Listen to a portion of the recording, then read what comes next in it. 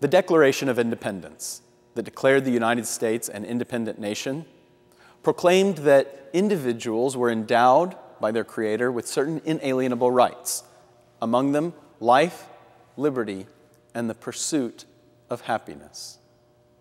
In our next lesson, we'll look at the American founding as an act of the Enlightenment. But for now, let's focus in on that remarkable and famous phrase, life, liberty, and the pursuit of happiness. What does happiness mean? And what does it mean to call happiness, the pursuit of happiness, an inalienable right? Happiness would become one of the dominant terms of the 18th century.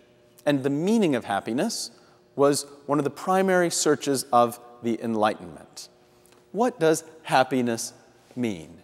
Well, first, to understand the meaning of this word, it must be appreciated that the English word, happiness, is related to the Greek word eudaimonia, flourishing, happiness, well-being, a word that was central to Greek philosophy, going back to Socrates, Plato, and Aristotle. In the ancient world, two schools of philosophy would develop in the aftermath of Aristotle in what is called the Hellenistic period of Greece. The school of the Stoics and the school of the Epicureans.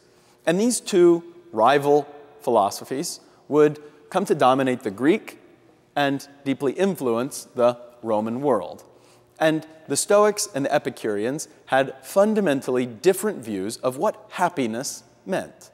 For the Stoics, happiness was virtue, and the only happy life was a virtuous life. And to be happy was to live virtuously. For the Stoics, who were the originators of cosmopolitanism, a kind of belief that all human beings were part of a universal collective, the idea of happiness was built into the very order of nature. The Stoics believe in a benign, a benevolent deity, a good God, who had so ordered the cosmos, the order of the universe, with a law of nature, such that human beings should be obedient to this law of nature and live virtuously, and that to do so was happiness. The Epicureans, conversely, argue that happiness is the presence of pleasure and the absence of pain. Epicurus is a Greek philosopher who is an atomist. That is, that he believes that all of nature is a collection of atoms, and that these atoms reverberate throughout space without any order or meaning.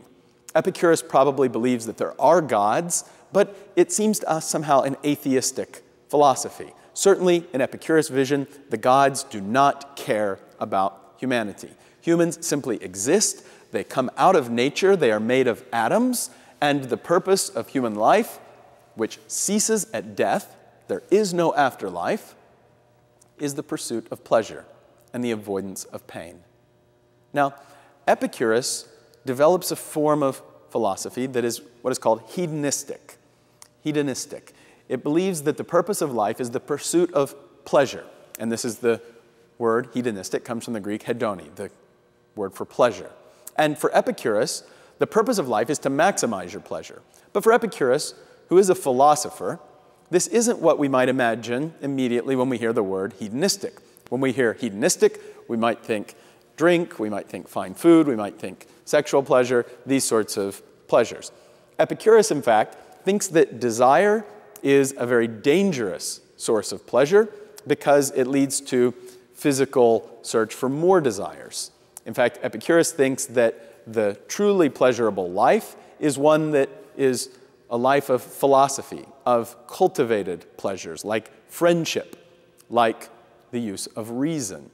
And so we shouldn't imagine Epicurus and his many followers over the centuries living hedonistic lives in the sense of the blind pursuit of physical sensations as pleasures, but rather a cultivated group of philosophers pursuing pleasure that came from friendship, from conversation, and in fact from detachment from the world. For Epicurus sees the political realm as a place of conflict that the true philosopher will withdraw from.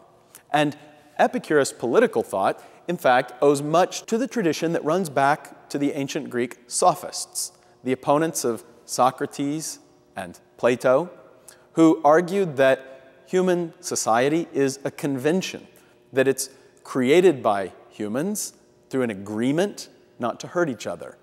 We saw this in Plato's Republic, especially in the very beginnings of the Republic, articulated by Thrasymachus, articulated by Glaucon. And we'll be coming back to the ideas of the sophists in Plato's Republic. For Epicurus, political society is conventional. It's created, it's not part of nature, it's created by humans, and it is only a way to increase pleasures. And so Stoicism and Epicureanism developed as rival philosophical schools, as rival worldviews in the Hellenistic period and in the Roman Empire. In the age of the Enlightenment, in the late 17th and above all in the 18th century, Stoicism and Epicureanism would be revived in a new context. The Stoics and the Epicureans both provided fuel, both provided inspiration to philosophers in the Enlightenment who would try to use reason to discover truth. And both would nourish philosophical movements, competing philosophical movements within the Enlightenment. And so Stoicism and Epicureanism are reborn, but reborn in a very new world, a world that was very different from the ancient Mediterranean. And in this new world, the meaning of happiness would once again be debated. Was happiness pleasure, or was happiness virtue? And that would become one of the central debates of the Enlightenment. In the 18th century, there were scores, in fact, maybe hundreds of books written with the title On Happiness, because the search for the meaning of happiness, inspired by this ancient conversation, would become one of the principal debates of the Enlightenment.